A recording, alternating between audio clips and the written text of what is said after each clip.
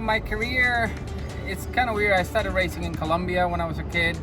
I did a year in the States, and then I moved to Europe, and I did all my junior career through Europe mainly. And then from there, I was a test driver for Williams, racing F2, what used to be called 3000, but it's the same championship. And then went to America, did 2 years of IndyCar, and then did 6 years of Formula One, did 7 years of NASCAR, did IndyCar again, sports cars. I did Le Mans, I did Daytona. I've done everything. Yeah, I work with a few young drivers, one of them especially my kids, but I do work with some. And I tell people honestly, the bigger thing is just keep your head down and keep learning. You need to keep learning, keep understanding. Don't be afraid of making mistakes. You are gonna make mistakes, but if you don't try and you don't make those mistakes, you're not gonna learn.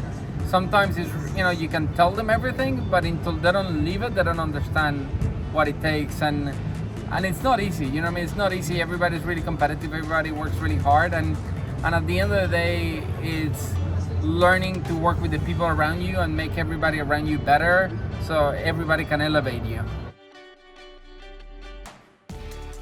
Oh, it's crazy, Now, when we started, we used to start, when I was in Formula One, we started building simulators, but everything was so crude. I remember, when I grew up racing and playing when I was a kid, when the computers were very basic, the screens were 4-color screens, and we used to play with the keyboards. There's no steering wheels, there's nothing. So when you go from there to what they can do today, the amount of simulators and things and technology, the drivers can prepare themselves a lot better than we used to. Nowadays, we have a simulator at home, the team has a simulator, and they spend hours and hours preparing, and the amount of information they can process nowadays, when they get to a race weekend, they're so well prepared compared with our time. Our time, you were prepared, but a lot of was, the feeling you had and everything. Now they can predict everything a lot better.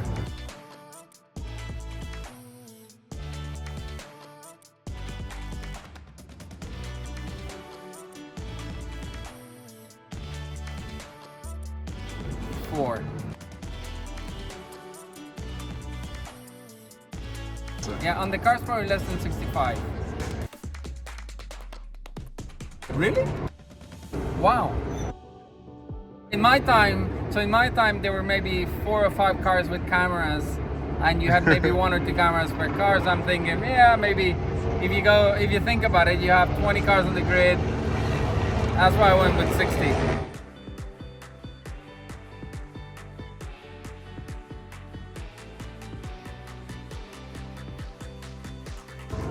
More than 180, or I would say probably Correct. More than 180, yeah? Yeah, correct.